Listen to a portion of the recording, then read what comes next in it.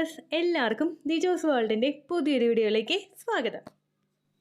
ഈ 5 ലക്ഷണങ്ങൾ നിങ്ങൾക്ക് ശരീരത്തിലുണ്ടെങ്കിൽ ഇവ നിങ്ങളെ പ്രഗ്നൻ്റ് ആകാനായിട്ട് അനുവദിക്കില്ല കേട്ടോ. ഈ ലക്ഷണങ്ങൾ കാണുന്നവർ ഇതിന് സ്പെഷ്യൽ ആയിട്ടുള്ള ഒരു അറ്റൻഷൻ കൊടുക്കുകയും ഇത് ക്യൂർ ചെയ്യാൻ വേണ്ടിയിട്ടുള്ള കാര്യങ്ങൾ ശ്രദ്ധിക്കുകയും ചെയ്യണം. ഇങ്ങനെ നമുക്ക് ഇറഗുലർ ആയിട്ടൊക്കെ ഈ കാര്യങ്ങളൊക്കെ പോവുകയാണെങ്കിൽ പ്രഗ്നൻസി എന്ന് പറയുന്നത് ഒരുപാടൊക്കെ നീണ്ടു പോകാനായിട്ട് ചാൻസ് ഉണ്ട് കേട്ടോ. അപ്പോൾ അതെങ്ങനെയൊക്കെയാണെന്ന് നമുക്ക് നോക്കാം, എന്തൊക്കെയാണെന്ന് നോക്കാം. വീഡിയോ നമുക്ക് സ്റ്റാർട്ട് ചെയ്യാം കേട്ടോ. നമ്മുടെ ചാനലിലെ ഡൗട്ട്സിനൊന്നും നിങ്ങൾക്ക് വീഡിയോയിൽ കമൻറ്റ് ഇടുമ്പോൾ റിപ്ലൈസ് ലഭിക്കുന്നില്ലെങ്കിൽ എല്ലാ ദിവസവും നമ്മുടെ ചാനലിൽ ലൈവ് സെഷൻസ് ഉണ്ട്. 11 മണിക്ക് ശേഷവും 2 മണിക്ക് ശേഷവുമാണ് യൂഷ്വലി നമുക്ക് ലൈവ് സെഷൻസ് ഉണ്ടാകുന്നത്. ഇൻ കേസ് എന്തെങ്കിലും കാരണങ്ങൾ കൊണ്ട് ടൈം ഡിലേ ആയി പോവുകയാണെങ്കിൽ നമ്മുടെ ചാനലിലെ കമ്മ്യൂണിറ്റി എന്ന് പറയുന്ന പോസ്റ്റ് എന്ന് പറയുന്ന ഒരു ഐക്കൺ ഉണ്ടാകും. അതിൽ ക്ലിക്ക് ചെയ്ത് കഴിഞ്ഞാൽ ലൈവിൻ്റെ ടൈം നിങ്ങൾക്ക് കൃത്യമായിട്ട് അറിയാനായിട്ട് സാധിക്കും. അതനുസരിച്ചിട്ട് നിങ്ങൾക്ക് ലൈവിൽ കയറാവുന്നതാണ്.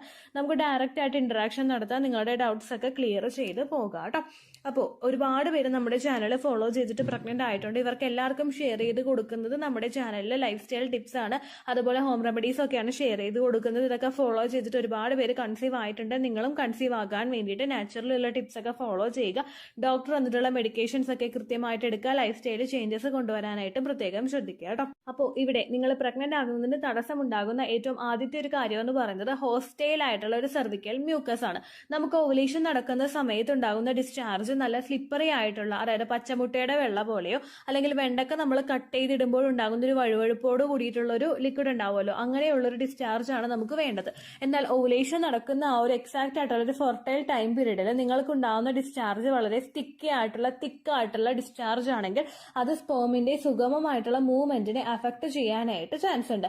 കണ്ടിന്യൂസ് ആയിട്ട് ഈ ഒരു ടൈപ്പ് ഡിസ്ചാർജ് ആണ് ഫെർട്ടൈൽ ടൈം പീരീഡിൽ നിങ്ങൾക്ക് ഉണ്ടായിക്കൊണ്ടിരിക്കുന്നതെങ്കിൽ ശരീരത്തിനകത്തേക്ക് സ്പേം സെൽസ് പ്രവേശിച്ചാലും ഏറ്റവും നല്ല ക്വാളിറ്റിയിൽ തന്നെ എഗ് പ്രൊഡ്യൂസ് ആയി കഴിഞ്ഞാലും ഈ സ്പേമിന് സ്വിം ചെയ്ത് ട്യൂബിനടുത്തേക്ക് എത്താനായിട്ട് പറ്റാത്ത സിറ്റുവേഷൻസ് ഉണ്ടാകുന്നു. ചില കേസുകളിൽ ശരീരത്തിൽ ഏറ്റവും ആദ്യം എത്തുന്നത് സ്പേമാണ്. ആ സ്പേം വന്ന് ചിലപ്പോൾ 1-2 ദിവസമൊക്കെ കഴിഞ്ഞിട്ടോ മണിക്കൂറുകൾക്ക് ശേഷമോ മറ്റോ ആയിരിക്കും എഗ് റിലീസായി പുറത്തേക്ക് വരുന്നത്. ഇങ്ങനെയുള്ള സമയത്ത് ഈ എഗ് വരുന്നത് വരെ ശരീരത്തിനകത്തേക്ക് നല്ല സ്റ്റേബിൾ ആയിട്ട് നിൽക്കാൻ വേണ്ടിയിട്ടുള്ള ഒരു എൻവയോൺമെന്റ് ഉണ്ടാക്കി കൊടുക്കുന്നത് ഹെൽത്തി ആയിട്ടുള്ള ഒരു സെർവിക്കൽ മ്യൂക്കസ് ആണ്. പച്ചമുട്ടയുടെ വെള്ള പോലെയുള്ള ഈ ഒരു സെർവിക്കൽ മ്യൂക്കസ് ഉള്ളത് കൊണ്ടാണ് സ്പേമിന് അത്രയും നേരം വരെ ശരീരത്തിനകത്ത് പിടിച്ചു നിൽക്കാനായിട്ട് സാധിക്കുന്നത്. കാരണം ശരീരത്തിനകത്തേക്ക് എത്തുന്ന ഈ ഒരു സ്പേമിനെ ശരീരം തന്നെ ഹാം ചെയ്ത് കളയാനായിട്ടുള്ള സാധ്യതകൾ കൂടുതലാണ് ഒരു ഫോറിൻ ബോഡി ആയിട്ട് കണ്ടിട്ട് കേട്ടോ. അപ്പൊ അതിൽ നിന്നൊക്കെ പ്രൊട്ടക്ട് ചെയ്ത് വെക്കുന്നതും ഒരു എനർജി ഇതിന് കൊടുക്കുന്നതും സെർവിക്കൽ മ്യൂക്കസ് ആണ്. ഈ പച്ചമുട്ടയുടെ വെള്ള പോലെയുള്ള ഒരു ഡിസ്ചാർജ് ഉണ്ടാകാത്ത സിറ്റുവേഷൻ വന്നു കഴിഞ്ഞാൽ ഇതിനെ മൂവ് ചെയ്യാൻ പറ്റാതെ ഇത് അവിടെ തന്നെ തട്ടി നിന്നിട്ട് അവിടെ വെച്ച് തന്നെ നശിച്ചു പോവുകയും തിരിച്ച് നമുക്ക് പുറത്തേക്ക് പോരുന്ന സിറ്റുവേഷൻസ് ഉണ്ടാവുകയും ചെയ്യുന്നു. അപ്പോൾ നിങ്ങൾ ഏറ്റവും ആദ്യം ശ്രദ്ധിക്കേണ്ടത് ഓവുലേഷൻ നടക്കുന്ന സമയത്ത് എങ്ങനെയുള്ള ഒരു ഡിസ്ചാർജ് ആണ് നിങ്ങൾക്ക് ഉണ്ടാകുന്നതെന്ന് നോക്കുക. നടക്കുന്ന സമയത്ത് നമുക്ക് ഉണ്ടാകുന്ന ഡിസ്ചാർജ് ഭയങ്കര കട്ടിയായിട്ടുള്ളതാണെങ്കിൽ നിങ്ങൾ ഡോക്ടറെ ഇൻഫോം ചെയ്യാനായിട്ട് ശ്രദ്ധിക്കുക. ബാക്കിയുള്ള ഓരോ കാര്യങ്ങളും നമ്മൾ സ്കാനിങ് ചെയ്യുന്നത് വഴിയൊക്കെ കൃത്യമായിട്ട് അറിയാനായിട്ട് സാധിക്കും. പക്ഷെ ഈ ഒരു കാര്യം ഡോക്ടർ ചോദിക്കാതെയോ നമ്മൾ പറയാതെയോ അവിടെ ഒരു കമ്മ്യൂണിക്കേഷൻ ഉണ്ടാവില്ല. അപ്പൊ നമ്മൾ നെഗ്ലക്ട് ചെയ്ത് വിടരുത്.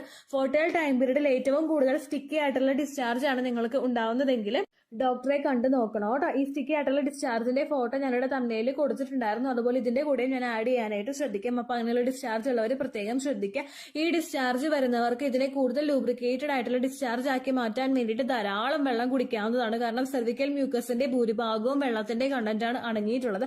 അപ്പൊ ദിവസേന ഒരു 3 ലിറ്റർ വെള്ളമെങ്കിലും നിങ്ങൾ കുടിക്കാനായിട്ട് ശ്രദ്ധിക്കുക. ഒപ്പം ഗ്രാമ്പു വെള്ളം കുടിക്കുന്നതും വെള്ളത്തിന്റെ കണ്ടന്റ് അടങ്ങിയിട്ടുള്ള ഫ്രൂട്ട്സും വെജിറ്റബിൾസും കഴിക്കുന്നതും സെർവിക്കൽ മ്യൂക്കസിന്റെ പ്രൊഡക്ഷൻ നന്നായിട്ട് ഉണ്ടാകാൻ വേണ്ടിയിട്ട് സഹായിക്കും. ഇത് നമ്മൾക്ക് ചെയ്യാൻ പറ്റുന്ന ഹോം റെമഡീസ് ആണ്. ഒപ്പം ഫെർട്ടിലിറ്റി യോഗാസ് ആയിട്ടുള്ള മാലാസന എക്സസൈസും മാലാസന വോക്ക് എക്സസൈസും കണ്ടിന്യൂസ് ആയിട്ട് ചെയ്യുകയാണെങ്കിൽ സെർവിക്സിലോട്ട് രക്തയോട്ടം വർദ്ധിപ്പിച്ചിട്ട് സെർവിക്കൽ മ്യൂക്കസിന്റെ പ്രൊഡക്ഷൻ നന്നായിട്ട് ഉണ്ടാകാൻ വേണ്ടിയിട്ട് സഹായിക്കുകയും ചെയ്യുന്നു. ഇതൊക്കെ ചെയ്തിട്ട് നിങ്ങൾക്ക് റിസൾട്ട് കിട്ടുന്നില്ലെങ്കിൽ ഡോക്ടറെ കണ്ടിട്ട് റീസൺ പറയുവാണെങ്കിൽ കോൺസിവലിന്റെ മെഡിസിൻസ് ഡോക്ടേഴ്സ് തരാറുണ്ട്. ഇത് നമ്മുടെ ഫെർട്ടിലിറ്റി ഇൻക്രീസ് ചെയ്യാൻ വേണ്ടിയിട്ട് ഹെൽപ്പ് ചെയ്യും കേട്ടോ. രണ്ടാമതായിട്ട് നിങ്ങൾ ശ്രദ്ധിക്കേണ്ട കാര്യം നിങ്ങളുടെ ഗട്ട് ഹെൽത്ത് ആണ്. കുടലിന്റെ ആരോഗ്യം. നമ്മുടെ കുടലിൽ ഒരുപാട് ദഹനത്തിനൊക്കെ ഡിലേ ഉണ്ടാവുന്നുണ്ടെങ്കിൽ, ബുദ്ധിമുട്ട് അനുഭവപ്പെടുന്നുണ്ടെങ്കിൽ ഇത് നമ്മുടെ ഫെർട്ടിലൈസേഷനെ അഫക്ട് ചെയ്യാനായിട്ട് ചാൻസ് ഉണ്ട് കേട്ടോ. നമ്മുടെ കുടലിന്റെ ആരോഗ്യം നന്നായിട്ടല്ല ശരീരത്തിൽ നടക്കുന്നതെങ്കിൽ ശരീരത്തിലെ ടോക്സിൻസ് കൂടുതലായിട്ട് ഉണ്ടാവുന്നതിന് കാരണമാകുന്നു. ഇത് നമ്മുടെ ഫെർട്ടിലിറ്റിയെ ഡയറക്ട്ലി തന്നെ അഫക്ട് ചെയ്യാനായിട്ട് ചാൻസ് ഉണ്ട്. നിങ്ങളുടെ ഗട്ട് ഹെൽത്ത് നോർമൽ ആണോ എന്ന് അറിയാൻ വേണ്ടിയിട്ട് നിങ്ങൾ ശ്രദ്ധിക്കേണ്ട കാര്യം വയറിൽ ഇടയ്ക്കിടയ്ക്ക് അസ്വസ്ഥതകൾ ഉണ്ടാവുക, വേദന ഉണ്ടാവുക, അങ്ങനെയൊന്നും നിങ്ങൾക്ക് ഉണ്ടാകുന്നില്ലെങ്കിൽ കോൺസ്റ്റിപ്പേഷൻ പോലുള്ള ബുദ്ധിമുട്ടുകളൊക്കെ നിങ്ങൾക്ക് ഉണ്ടാവുന്നില്ലെങ്കിൽ, അതുപോലെ ഗ്യാസിന്റെ പ്രകമ്പനം കൂടുതലായിട്ട് ശരീരത്തിൽ വരുന്നില്ലെങ്കിൽ ഏകദേശം കുടലിന്റെ ഹെൽത്തി ആയിട്ടായിരിക്കും പോകുന്നത്. എന്നാൽ അങ്ങനെ സംഭവിക്കുന്നില്ല എങ്കിൽ ഇത് നമ്മുടെ ഫെർട്ടിലിറ്റിയെ അഫക്ട് ചെയ്യാനായിട്ടുള്ള സാധ്യതകൾ വളരെയധികം കൂടുതലാണ് കേട്ടോ. അപ്പോൾ കുടലിന്റെ ആരോഗ്യം നിങ്ങൾ കൃത്യമായിട്ട് നോക്കുക. അങ്ങനെ എന്തെങ്കിലും ബുദ്ധിമുട്ടുകൾ, വയറിൽ ഇടയ്ക്കിടയ്ക്ക് വേദന വരുന്നുണ്ട്, പൊക്കിളിന്റെ ഭാഗത്തൊക്കെ വേദന ഉണ്ടാവുന്നുണ്ട്, ഗ്യാസ് കയറുന്നത് പോലെയും നെഞ്ചരിച്ചിൽ പോലെയൊക്കെ കണ്ടിന്യൂസ് ആയിട്ട് വരുന്നുണ്ട്, തുടർച്ചയായിട്ട് മോഷൻ പോകാനായിട്ട് വയറ്റിൽ നിന്ന് പോകാനായിട്ട് ബുദ്ധിമുട്ട് അനുഭവപ്പെടുന്നുണ്ടെങ്കിൽ അത്തരത്തിലുള്ള കാര്യങ്ങളും കൂടി നിങ്ങൾ ഡോക്ടറായിട്ട് കമ്മ്യൂണിക്കേറ്റ് ചെയ്യാനായിട്ട് നോക്കുക. കാരണം നമ്മൾ വെറുതെ വിടുന്നതായിരിക്കുമല്ലോ, പക്ഷെ ഇതും ഫെർട്ടിലിറ്റി അഫക്ട് ചെയ്യാം കേട്ടോ. മൂന്നാമതായിട്ട് നിങ്ങൾ ശ്രദ്ധിക്കേണ്ട കാര്യം ഇറഗുലർ ആയിട്ട് വരുന്ന ഓവുലേഷൻ ആണ്. നമ്മൾ കൃത്യമായിട്ട് പ്രതീക്ഷിക്കുന്ന ഒരു ഡേറ്റിൽ ഓവുലേഷൻ ഉണ്ടാവാത്ത ഒരവസ്ഥ, നമ്മൾ എക്സ്പെക്ട് ചെയ്യുന്ന ഡേറ്റിനേക്കാളും ചിലപ്പോൾ 1-2 ദിവസം മേളിലോട്ട് പോവുകയോ 1-2 ദിവസം കീഴ്പോട്ടേക്ക് വരികയോ ചെയ്യുന്നത് ഒരിക്കലും ഹാർംഫുൾ ആയിട്ടുള്ള ഒരു കാര്യമല്ല. പക്ഷെ നമുക്ക് പ്രിഡിക്ട് ചെയ്യാൻ പറ്റാത്ത രീതിക്ക് ഓവുലേഷൻ പോകുന്നുണ്ടെങ്കിൽ അത് ഓവുലേഷന്റെ ഡേയ്സിനെയും ലൂട്ടിയൽ ഫേസിനെയും അഫക്ട് ചെയ്യാനായിട്ട് ചാൻസ് ഉണ്ട്. റെഗുലർ ആയിട്ടുള്ള ഒരു മെൻസ്ട്രൽ സൈക്കിൾ ഉള്ള ഒരാൾക്ക് ഈ ലൂട്ടിയൽ ഫേസിന്റെയും ഓവുലേഷൻ ഫേസിന്റെയും ഒരു ബാലൻസിലായിരിക്കും ഇത് പോകുന്നത്. ഇത് ഇറഗുലർ ആയിട്ട് പോകുന്ന സമയത്ത് നമ്മുടെ ഈസ്ട്രജന്റെയും പ്രൊജസ്ട്രോണിന്റെയും ബാലൻസിനെ അത് അഫക്ട് ചെയ്യാനായിട്ട് ചാൻസ് ഉണ്ട്. ഓവുലേഷൻ നടന്നു കഴിഞ്ഞാലും ഫെർട്ടിലൈസേഷൻ നടന്ന് ഇംപ്ലാന്റേഷൻ നടക്കാൻ വേണ്ടിയിട്ടുള്ള ഒരു ടൈം പീരീഡ് ശരീരത്തിൽ കിട്ടാത്ത സിറ്റുവേഷൻസ് ഉണ്ടാകുന്നു. അങ്ങനെ വന്നു കഴിഞ്ഞാൽ അത് നമ്മുടെ ഫെർട്ടിലിറ്റിയെ അഫക്ട് ചെയ്യാം. ഇപ്പോൾ നിങ്ങളുടെ മെൻസ്ട്രൽ സൈക്കിളിന്റെ ലെങ്ത് ഒരു 30 ഒക്കെ ആണെങ്കിൽ പീരീഡ്സിന്റെ 16ാമത്തെ ദിവസമൊക്കെ ആയിരിക്കും നമുക്ക് ഓവുലേഷൻ ഉണ്ടാകുന്നത്. എന്നാൽ നേരെ മറിച്ച് ഒരുപാട് ഇറഗുലർ ആയിട്ട് ഓവുലേഷൻ പോകുന്നു, അതായത് നമ്മളിപ്പോൾ പീരീഡ്സ് പ്രതീക്ഷിക്കുന്നതിനേക്കാളും 3-4 ദിവസം മുമ്പ് ഓവുലേഷൻ ഉണ്ടാകുന്നു, ദെൻ പീരീഡ്സിന്റെ ഡേറ്റ് ഒരുപാട് നീണ്ടു പോകുന്നു. അങ്ങനെയൊക്കെ വരുന്നുണ്ടെങ്കിൽ അത് നിങ്ങളൊരു കൺസേൺ കൊടുക്കേണ്ട കാര്യമാണ്. ഇറഗുലർ ആയിട്ടുള്ള ഓവുലേഷനും ലേറ്റ് ഓവുലേഷനും ഉണ്ടാകുന്നുണ്ടെങ്കിൽ നിങ്ങളത് ഡോക്ടറോട് പറയാനായിട്ട് ശ്രദ്ധിക്കുക. ഇങ്ങനെ വരുന്നത് നമുക്ക് കൃത്യമായിട്ട് ഫിസിക്കൽ കോണ്ടാക്ട് ചെയ്യാൻ പറ്റാത്തൊരു സിറ്റുവേഷൻസ് ബോഡിയിൽ ഉണ്ടാക്കുകയും പ്രഗ്നൻസി എന്ന് പറയുന്ന ഒരു കാര്യം ഒരുപാടൊക്കെ നീണ്ടു പോവുകയും ചെയ്യാനായിട്ട് കാരണമാകും കേട്ടോ. അപ്പോൾ അത് നിങ്ങൾ പ്രത്യേകം ശ്രദ്ധിക്കണം. നാലാമത്തെ ഒരു ഫാക്ടർ എന്ന് പറയുന്നത് നമ്മളിൽ ഉണ്ടാകുന്ന സ്ട്രെസ് ആണ്. നമ്മൾ ഓരോ കാര്യങ്ങൾക്ക് കണ്ടിന്യൂസ് ആയിട്ട് ടെൻഷൻ ആവുകയാണ്, അതായത് പ്രഗ്നന്റ് ആകുന്നില്ല, കണ്ടിന്യൂസ് ആയിട്ട് നമ്മൾ ഇതിന്റെ പേരിൽ ടെൻഷൻ അനുഭവിച്ചുകൊണ്ടിരിക്കുക, അല്ലെങ്കിൽ നമുക്ക് എന്തെങ്കിലും വർക്ക് പ്രഷർ കൂടുതലായിട്ട് വരിക, അത് നിങ്ങൾക്ക് മാത്രമല്ല ഹസ്ബൻഡിനും എന്തെങ്കിലുമൊക്കെ വർക്ക് പ്രഷർ വരുന്നതും പ്രഗ്നൻസി ആകാത്തത് കൊണ്ട് ഇത്രയും നാളുകൾക്കുള്ളിൽ ആയില്ലല്ലോ, വെഡിങ് ആനിവേഴ്സറി അല്ലേ വരാൻ പോകുന്നത്, അല്ലെങ്കിൽ എന്റെ ശേഷം കല്യാണം കഴിഞ്ഞ് എല്ലാവരും പ്രഗ്നന്റ് ആയല്ലോ എന്നിങ്ങനെയുള്ള ടെൻഷൻ നിങ്ങൾ കണ്ടിന്യൂസ് ആയിട്ട് ഫേസ് ചെയ്തുകൊണ്ടിരിക്കുകയാണെങ്കിൽ ഫിസിക്കൽ കോണ്ടാക്ട് ചെയ്യുന്ന സമയത്തും ആഫ്റ്റർ ഓവുലേഷനും ഈ ഒരു ടെൻഷൻ നിങ്ങൾ ഒരുപാട് അഫക്ട് ചെയ്യാനായിട്ട് ചാൻസ് ഉണ്ട്. കണ്ടിന്യൂസ് ആയിട്ട് ഈ ഒരു ടെൻഷൻ അനുഭവിക്കുന്നത് നമ്മുടെ പ്രത്യുൽപാദന ഹോർമോൺസിനെയാണ് ഡയറക്റ്റ് ആയിട്ട് അഫക്ട് ചെയ്യുന്നത് കേട്ടോ. ആഫ്റ്റർ പീരീഡ്സ് നമുക്ക് ഈ ഇത്തരത്തിലുള്ള ടെൻഷൻ ഉണ്ടാവുന്നുണ്ടെങ്കിൽ FSH ഹോർമോണിന്റെ, LH ഹോർമോണിന്റെ, ഈസ്ട്രജൻ ഹോർമോണിന്റെ പ്രവർത്തനത്തെ എഫക്ട് ചെയ്യാം. ആഫ്റ്റർ ഓവുലേഷൻ ഈ ഒരു ടെൻഷൻ നമുക്ക് ഉണ്ടാവുന്നുണ്ടെങ്കിൽ പ്രൊജസ്ട്രോണിന്റെ ഒരു ഇൻക്രീസിനെയും ഇത് അഫക്ട് ചെയ്യാനായിട്ട് ചാൻസ് ഉണ്ട് കേട്ടോ. അങ്ങനെയൊക്കെ വന്നു കഴിഞ്ഞാൽ കോർട്ടിസോളിന്റെ പ്രൊഡക്ഷൻ കൂടുന്നതിനനുസരിച്ചിട്ട് നമ്മുടെ എല്ലാ ബാക്കിയുള്ള ആക്ടിവിറ്റീസും റീപ്രൊഡക്റ്റീവ് ഹോർമോൺസിന്റെ പ്രവർത്തനങ്ങളും സപ്രസ് ചെയ്യുന്നതിന് കാരണമാകുന്നു. കഴിവതും ആഫ്റ്റർ ഓവുലേഷൻ ഫേസ് ആണെങ്കിലും ആഫ്റ്റർ പീരീഡ്സ് കഴിഞ്ഞിട്ടുള്ള ഒരു ടൈം ആണെങ്കിലും നോർമൽ ആയിട്ട് നിങ്ങൾ ബോഡിയെ വിടുക. ഒരുപാട് ടെൻഷൻ ഉണ്ടാകുന്ന സമയങ്ങളിൽ ആ ഒരു സിറ്റുവേഷനിൽ നിന്ന് നിങ്ങൾ മാക്സിമം പുറത്തേക്ക് കടക്കാനായിട്ട് നോക്കുക. നിങ്ങൾക്ക് തന്നെ പുറത്തേക്ക് എക്സിറ്റ് ആവാനായിട്ട് പറ്റുള്ളൂ. വേറൊരാളെ എത്രയൊക്കെ മോട്ടിവേറ്റ് ചെയ്യാൻ ശ്രമിച്ചാലും നിങ്ങൾക്ക് അവിടുന്ന് എക്സിറ്റ് ആവാനായിട്ട് കുറച്ച് ബുദ്ധിമുട്ടുണ്ടാകും. അപ്പൊ നിങ്ങൾ തന്നെ ഈ ഒരു സിറ്റുവേഷനിൽ നിന്ന് പുറത്തേക്ക് വരണം. ഞാൻ ടെൻഷൻ ആയി ഇത്ര നാളുവരെ ട്രൈ ചെയ്തിട്ട് എനിക്കൊന്നും കിട്ടിയില്ല, അപ്പൊ ഇനി ഞാൻ ടെൻഷൻ ഇല്ലാതെ ഒന്ന് ട്രൈ ചെയ്ത് നോക്കാം എന്ന് വിചാരിച്ചിട്ട് മാക്സിമം അതിൽ നിന്ന് പുറത്തേക്ക് ചാടാനായിട്ട് നോക്കുക.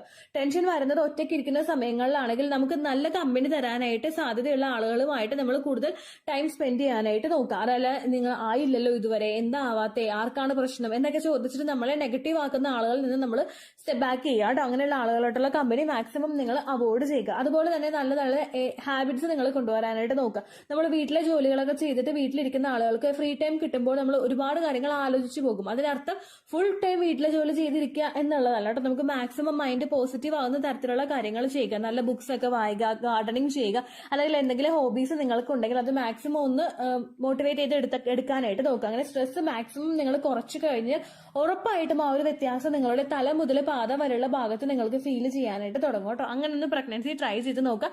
സ്ട്രെസ്സിൽ കൂടെ നിങ്ങൾ നിൽക്കുവാണെങ്കിൽ ഒന്നും കിട്ടാൻ പോകുന്നില്ല എന്ന് നിങ്ങൾ കൃത്യമായിട്ട് മനസ്സിലാക്കണം കേട്ടോ. അടുത്തൊരു കാര്യമാണ് ലോ പ്രൊജസ്ട്രോൺ എന്ന് പറയുന്നത്. പ്രൊജസ്ട്രോൺ ഹോർമോൺ ആണ് നമുക്ക് ഇംപ്ലാന്റേഷൻ നടക്കാൻ വേണ്ടിയിട്ട് സഹായിക്കുന്ന ഒരു ഹോർമോൺ. ഈ പ്രൊജസ്ട്രോണിന്റെ ബാലൻസ് ശരീരത്തിൽ ഇല്ല എങ്കിൽ ആഫ്റ്റർ ഓവുലേഷൻ പ്രഗ്നൻസി പിടിച്ചു കിട്ടാനായിട്ട് ഒരുപാട് ബുദ്ധിമുട്ടുകൾ ഉണ്ടാകും. ഓവുലേഷൻ കഴിഞ്ഞു കഴിഞ്ഞാൽ പിന്നെ എൻഡോമെട്രിയൽ ലൈനിങ്ങിനെ നല്ല തിക്കഡായിട്ട് മെയിൻറ്റെയിൻ ചെയ്യുന്നതിനും പീരിയഡ്സ് വരാതെ മെയിൻറ്റെയിൻ ചെയ്ത് കൊണ്ടുപോകുന്നതും പ്രൊജസ്ട്രോണിന്റെ ഹോർമോൺ ആണ്. ഈ പ്രൊജസ്ട്രോൺ ഹോർമോണിൽ വ്യത്യാസം വരുമ്പോൾ അതിന്റെ വാല്യൂ കുറഞ്ഞു പോകുന്നതിനനുസരിച്ചിട്ട് ഇംപ്ലാന്റേഷൻ നടക്കാനായിട്ടുള്ള ചാൻസസ് കുറയും. നമ്മൾ എക്സ്പെക്ട് ചെയ്യുന്ന ഡേറ്റിനേക്കാളും നേരത്തെ പീരിയഡ്സ് ഉണ്ടാകാനായിട്ട് ആയിട്ടുള്ള കാര്യങ്ങൾ ഉണ്ടാകും. മെൻസ്ട്രൽ സിംറ്റംസ് ഭയങ്കര വേഴ്സ് ആയിട്ട് ഭയങ്കര കൂടുതലായിട്ട് ഉണ്ടാകുന്ന സിറ്റുവേഷൻസും ഉണ്ടാകും കേട്ടോ. അപ്പൊ അതൊക്കെ ഒന്ന് അവോയ്ഡ് ചെയ്യാൻ വേണ്ടിയിട്ടുള്ള കാര്യങ്ങൾ നമ്മൾ തുടക്കം മുതലേ ചെയ്തു പോകുന്നതൊക്കെ നല്ലതായിരിക്കും. നമുക്ക് ലൂട്ടിയൽ ഫേസിന്റെ ലെങ്ത് കുറയുന്നു എന്ന് തോന്നിക്കഴിഞ്ഞാൽ, അതായത് ഓവുലേഷൻ കഴിഞ്ഞിട്ട് ഒരു 10ാമത്തെ ദിവസം അല്ലെങ്കിൽ ഒരു 8ാമത്തെ ദിവസം മുതലൊക്കെ സ്പോട്ടിങ് പോലെ സ്റ്റാർട്ട് ചെയ്യുന്നു, പിന്നീട് നേരത്തെ തന്നെ പീരിയഡ്സ് ആകുന്നു, അങ്ങനെയുള്ള ബുദ്ധിമുട്ടുകളൊക്കെ വന്നു കഴിഞ്ഞാൽ നിങ്ങൾ ഇമ്പോർട്ടൻസ് ശരീരത്തിന് കൊടുക്കണം. ഉടനെ ഡോക്ടറെ കണ്ട് പറയാനായിട്ടൊക്കെ നോക്കണം. കാരണം ഫെർട്ടിലൈസ്ഡ് ആയിട്ട് വരുന്ന എംബ്രിയോയ്ക്ക് നല്ല ക്വാളിറ്റി ഉണ്ടെങ്കിൽ കൂടി തന്നെ അതിന് വളരാൻ വേണ്ടിയിട്ടുള്ള സിറ്റുവേഷൻസ് ഇല്ലാതെ വരുന്നു. എംബ്രിയോ അറ്റാച്ച് ആകുന്ന എൻഡോമെട്രിയൽ ലൈനിങ് ഷെഡ് ആയി പോയി കഴിഞ്ഞാൽ പിന്നെ അതിന് പിടിച്ച് വളരാനായിട്ട് സാധിക്കില്ലല്ലോ. നമുക്ക് പ്രഗ്നൻസി നഷ്ടമായി പോവില്ലേ. അപ്പൊ അങ്ങനെയുള്ള കാര്യങ്ങളും നിങ്ങൾ മാക്സിമം ശ്രദ്ധിക്കാനായിട്ട് നോക്കുക കേട്ടോ. ഇനി ഈസ്ട്രജൻ പ്രൊജസ്ട്രോൺ ഹോർമോണിന്റെ ലെവല് കുറഞ്ഞു കഴിഞ്ഞാൽ ശരീരത്തിൽ കുറച്ച് ലക്ഷണങ്ങൾ നമുക്ക് കാണാനായിട്ട് സാധിക്കും. അതെന്തൊക്കെയാണെന്നും കൂടി ഒന്ന് നോക്കാം കേട്ടോ. ഏറ്റവും ആദ്യത്തേതെന്ന് പറയുന്നത് ഉറക്കക്കുറവാണ്. നമ്മൾ ഉച്ചയ്ക്ക് കൂടുതൽ നേരം ഉറങ്ങാതിരുന്നിട്ട് കൂടി രാത്രി ഉറങ്ങുന്ന സമയത്ത് ഉറക്കം കിട്ടുന്നില്ലെങ്കിൽ അത് നമുക്ക് എന്തെങ്കിലും ഹോർമോണൽ ഇഷ്യൂസ് ഉള്ളത് കൊണ്ടായിരിക്കും. രണ്ടാമത്തേത് കൂടുതലായിട്ടും ആൻസൈറ്റിയും ഡിപ്രഷനും ഒക്കെ കണ്ടിന്യൂസ് ആയിട്ട് വരിക. മൂന്നാമതായിട്ട് നമുക്ക് വയറിൽ ഇടയ്ക്കിടയ്ക്ക് അസ്വസ്ഥതകൾ, വയറിൽ വേദനകൾ ഉണ്ടാവുക. നാലാമതായിട്ട് നൈറ്റ് നമുക്ക് സ്വെറ്റും കൂടുതലായിട്ട് ഉണ്ടാവുക. അതായത് ഭയങ്കര ചൂട് രാത്രി സമയത്ത് ഉണ്ടാവുക. AC ഇട്ട് ഉറങ്ങിയാലും ഫാൻ ഇട്ട് ഉറങ്ങിയാലും ഒന്നും നമ്മൾ തണുക്കാത്ത തരത്തിലുള്ള ഒരു സിറ്റുവേഷൻ നമുക്ക് ഉണ്ടാവുക. പിന്നെ ഉണ്ടാവുന്ന ഒരു ബുദ്ധിമുട്ടാണ് മൂഡ് സ്വിങ്സ് എന്ന് പറയുന്നത്. മൂഡ് സ്വിങ്സ് എന്ന് പറയുമ്പോൾ നമുക്ക് പെട്ടെന്ന് വിടുന്ന ദേഷ്യം, കരച്ചില്, അങ്ങനെയുള്ള കാര്യങ്ങളൊക്കെ കണ്ടിന്യൂസ് ആയിട്ട് ശരീരത്തിൽ ഇങ്ങനെ വന്നുകൊണ്ടിരിക്കുക, നമ്മുടെ മൈൻഡിൽ ഒരുപാട് വന്നുകൊണ്ടിരിക്കുക. പിന്നെ ഹോട്ട് ഫ്ലാഷസ്, പകൽ സമയത്ത് നമുക്ക് ഭയങ്കരമായിട്ട് ചൂടുണ്ടാവുക, ടെമ്പറേച്ചർ ഉണ്ടാവില്ല, പനി ഉണ്ടാവില്ല, പക്ഷെ ഭയങ്കര ചൂട്, അങ്ങനെയുള്ള സിറ്റുവേഷൻ കൂടുതലായിട്ട് ഉണ്ടാവുന്നത് പലപ്പോഴും ഉണ്ടാവും കേട്ടോ. രാത്രി സമയത്ത് നമുക്ക് വേർക്കുന്നതോടൊപ്പം ഉണ്ടാവുന്ന ഒരു ബുദ്ധിമുട്ടാണ് ഈ ഹോട്ട് ഫ്ലാഷസ് എന്ന് പറയുന്നത്. അടുത്തൊരു ബുദ്ധിമുട്ട് നമുക്ക് ഉണ്ടാകുന്നത് വെയിറ്റ് ഗെയിൻ ആണ്. നമ്മൾ ഭക്ഷണം കഴിക്കുന്നില്ലെങ്കിൽ കൂടി തന്നെ വെയിറ്റ് നന്നായിട്ട് ശരീരത്തിൽ കൂടുന്ന സിറ്റുവേഷൻസ്, ഇത് നിങ്ങൾക്ക് ഉണ്ടാവുന്നുണ്ടോ എന്ന് നോക്കുക. പിന്നെ അടുത്ത ഏറ്റവും കൂടുതൽ നമ്മൾ ഇമ്പോർട്ടൻസ് കൊടുക്കേണ്ട ഒരു കാര്യമാണ് ഈ ഇറഗുലർ ആയിട്ടുള്ള മെൻസ്ട്രേഷൻ പോവുക. നമ്മൾ പ്രതീക്ഷിക്കുന്ന ഡേറ്റിനേക്കാളും ഒരുപാട് നേരത്തെ പീരിയഡ്സ് ആവുന്ന സിറ്റുവേഷൻസ് നമുക്ക് ഉണ്ടാവുന്നുണ്ടെങ്കിൽ അത് നമ്മൾ ഇമ്പോർട്ടൻസ് കൊടുക്കണം കേട്ടോ. അപ്പൊ ഈ 5 കാര്യങ്ങളാണ് നമ്മൾ ഏറ്റവും കൂടുതൽ ബോഡിക്ക് പരിഗണന കൊടുക്കേണ്ട കാര്യങ്ങൾ. ഈ 5 ലക്ഷണങ്ങൾ നിങ്ങൾക്ക് കണ്ടിന്യൂസ് ആയിട്ട് വരുന്നുണ്ടെങ്കിൽ നിങ്ങൾ പ്രഗ്നന്റ് ആകാനായിട്ട് ശരീരം തന്നെ തടസ്സം നിൽക്കുന്ന സിറ്റുവേഷൻസ് ഉണ്ടാകും. അപ്പൊ മാക്സിമം ഈ സിറ്റുവേഷൻസ് ഒക്കെ കണ്ടു കഴിഞ്ഞാൽ നമുക്കിത് ചികിത്സിച്ച് മാറ്റാൻ പറ്റുന്ന ബുദ്ധിമുട്ടുകളെയല്ലോ അത് ക്യൂർ ചെയ്യാൻ വേണ്ടിയിട്ടുള്ള കാര്യങ്ങൾ നിങ്ങൾ തുടക്കം മുതൽക്ക് തന്നെ ചെയ്യാനായിട്ട് ശ്രദ്ധിക്കുക കേട്ടോ. ഇത്രയേ ഉള്ളൂ വീഡിയോ. യൂസ്ഫുൾ ആയി കാണുമെന്ന് വിശ്വസിക്കുന്നു. യൂസ്ഫുൾ ആവുന്നുണ്ടെങ്കിൽ ലൈക്ക് ചെയ്യുക, ഫ്രണ്ട്സിനൊക്കെ ഷെയർ ചെയ്ത് കൊടുക്കുക കേട്ടോ. എന്തെങ്കിലും സംശയം ഉണ്ടെങ്കിൽ നിങ്ങൾ കമന്റ്സിൽ ചോദിക്കുക. പണ്ടത്തെ വീഡിയോയ്ക്ക് കമന്റ്സ് ഇടുന്നവർക്ക് റിപ്ലൈ ലഭിക്കുന്നില്ലെങ്കിൽ ലേറ്റസ്റ്റ് ആയിട്ട് ഞാൻ ഏത് വീഡിയോ ആണോ അപ്ലോഡ് ചെയ്യുന്നത് അതിന് താഴെ കമന്റ് ഒന്ന് കോപ്പി പേസ്റ്റ് ചെയ്യാനായിട്ട് ശ്രദ്ധിക്കുക കേട്ടോ. അതുപോലെ ഓവുലേഷൻ ഡേറ്റ് കാൽക്കുലേറ്റ് ചെയ്ത് തരാനായിട്ട് റിക്വസ്റ്റ് ചെയ്യുന്ന ആളുകൾ എത്രയാണോ സൈക്കിൾ ലെങ്ത് അത് മെൻഷൻ ചെയ്യാനായിട്ട് ശ്രദ്ധിക്കുക. സൈക്കിൾ ലെങ്ത് എന്നതുകൊണ്ട് ഉദ്ദേശിച്ചത് ഓരോ മാസവും എത്ര ദിവസം കൂടുമ്പോഴാണോ ബ്ലീഡിങ് വരുന്നത് അതാണ് സൈക്കിൾ ലെങ്ത്. കഴിഞ്ഞ മാസം ഒരു 8ാം തീയതിയാണ് ബ്ലീഡിങ് ആയതെങ്കിൽ ഈ മാസം 6ാം തീയതിയാണ് ബ്ലീഡിങ് ആയതെങ്കിൽ കഴിഞ്ഞ മാസം 8ാം തീയതി മുതൽ ഈ മാസം 6ാം തീയതി വരെ എത്ര ദിവസമുണ്ടോ അത് കാലണ്ടറിൽ എണ്ണി തിട്ടപ്പെടുന്നതാണ് നിങ്ങളുടെ സൈക്കിൾ ലെങ്ത്. സൈക്കിൾ ലെങ്ത് നമ്മൾ കൃത്യമായിട്ട് കാൽക്കുലേറ്റ് ചെയ്യുകയാണെങ്കിൽ ഓവുലേഷൻ ഡേറ്റ് എളുപ്പത്തിൽ കണ്ടുപിടിക്കാൻ വേണ്ടിയിട്ട് ഒരുപാട് ആപ്ലിക്കേഷൻസും ഒരുപാട് ഓൺലൈൻ ആയിട്ടുള്ള വെബ്സൈറ്റുകളും ഇന്ന് നമുക്ക് അവൈലബിൾ ആണ്. പ്ലേ സ്റ്റോറിൽ പോയിട്ട് ഓൺലൈൻ ഓവുലേഷൻ ട്രാക്കർ എന്ന് ടൈപ്പ് ചെയ്ത് കഴിഞ്ഞാൽ നിങ്ങൾക്ക് അതുമായിട്ട് ബന്ധപ്പെട്ടിട്ടുള്ള ആപ്ലിക്കേഷൻസ് കിട്ടും. അത് പറ്റുന്നില്ല എങ്കിൽ ഗൂഗിളിൽ പോയിട്ട് ഓൺലൈൻ ഓവുലേഷൻ കാൽക്കുലേറ്റർ എന്ന് ടൈപ്പ് ചെയ്ത് കഴിഞ്ഞാൽ അതുമായിട്ട് ബന്ധപ്പെട്ടിട്ടുള്ള വെബ്സൈറ്റുകൾ നിങ്ങൾക്ക് കിട്ടും. അതിൽ നിങ്ങളുടെ ലാസ്റ്റ് മന്തിലെ മെൻസ്ട്രേഷന്റെ ഡേറ്റും ഒപ്പം ഞാൻ ഈ പറഞ്ഞ രീതിക്ക് നിങ്ങൾ കാൽക്കുലേറ്റ് ചെയ്യുന്ന സൈക്കിൾ ലെങ്ത്തും എൻ്റർ ചെയ്ത് കൊടുക്കുകയാണെങ്കിൽ നിങ്ങൾക്ക് കൃത്യമായിട്ട് ഓവുലേഷൻ ഡേറ്റ് കണ്ടുപിടിക്കാനായിട്ട് സാധിക്കും. ഫെർട്ടൈൽ ടൈം പീരീഡും നിങ്ങൾക്ക് കിട്ടും. അതായത് എത്ര ദിവസം മുതൽ കോണ്ടാക്ട് ചെയ്ത് തുടങ്ങിക്കഴിഞ്ഞാൽ നിങ്ങൾ പ്രഗ്നന്റ് ആകും എന്നുള്ളൊരു ഡേറ്റും നിങ്ങൾക്ക് പ്രോപ്പർ ആയിട്ട് കിട്ടും കേട്ടോ. ഇത് കാൽക്കുലേറ്റ് ചെയ്യുന്ന സമയത്ത് സൈക്കിൾ ലെങ്ത് കാൽക്കുലേറ്റ് ചെയ്യുന്ന സമയത്ത് നിങ്ങളുടെ ആ ഒരു കലണ്ടറിൽ നോക്കി തന്നെ നിങ്ങൾ കാൽക്കുലേറ്റ് ചെയ്യുക. പല മാസങ്ങളിലും 30-31 ദിവസമുണ്ട്, അതുകൊണ്ടാണ് അങ്ങനെ പറഞ്ഞത്. ഒപ്പം നിങ്ങൾക്ക് ബ്ലീഡിംഗ് തുടങ്ങിയ ദിവസത്തിന് വേണം നിങ്ങൾ ഡേ 1 ആയിട്ട് എടുക്കാൻ വേണ്ടിയിട്ട്. സ്പോട്ടിംഗ് തുടങ്ങിയ ദിവസത്തിനെ, അതായത് ചെറുതായിട്ട് ഡിസ്ചാർജ് പോയി തുടങ്ങിയ ദിവസത്തിനെ നിങ്ങൾ കൺസിഡർ ചെയ്യേണ്ട ആവശ്യം ഇല്ല കേട്ടോ. അപ്പൊ ഇത്രയേ ഉള്ളൂ വീഡിയോ. അടുത്തൊരു വീഡിയോ ആയിട്ട് നമുക്ക് വീണ്ടും കാണാം. ബൈ.